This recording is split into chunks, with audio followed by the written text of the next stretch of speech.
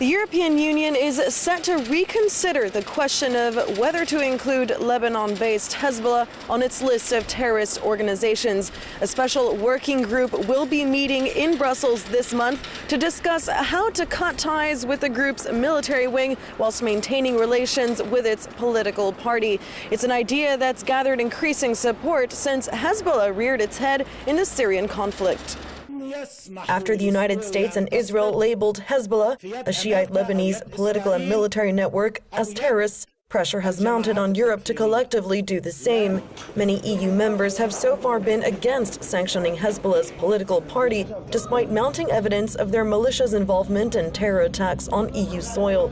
Dutch minister at the European Parliament, Maarten Schaake, has long been making the case for a unified EU response, which she says is gathering support. The EU is following with great interest what this organization is doing, but there are countries that believe that it would hurt the interests of the EU and stability in the region, for example, because Hezbollah also has a political wing that is active in Lebanon, and that's a consideration that a number of countries have.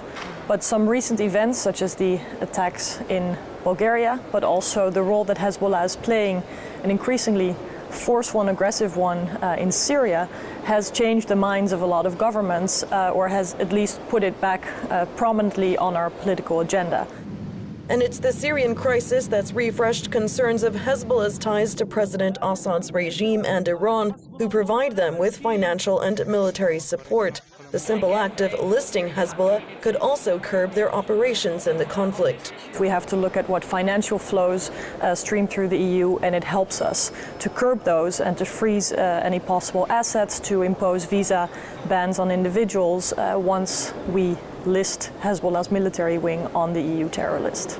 With Gulf countries that make up the GCC also set to seriously discuss Hezbollah, critics say the EU's response has been slow. So if there will be another attack and Europe hasn't reacted, those European leaders will be accountable for.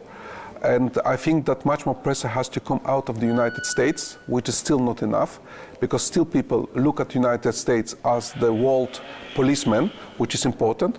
There should be much more pressure out of Great Britain, but also of Germany, who has a big voice in Europe, and out of France. So it's just a question how many deaths are enough for Europeans to make the right decision.